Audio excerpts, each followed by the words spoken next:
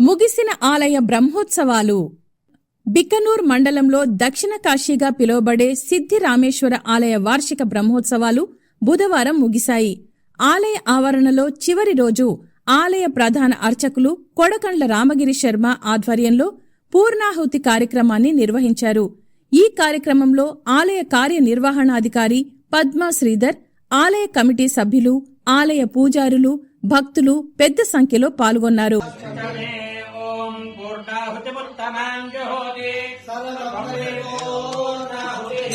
सर्वं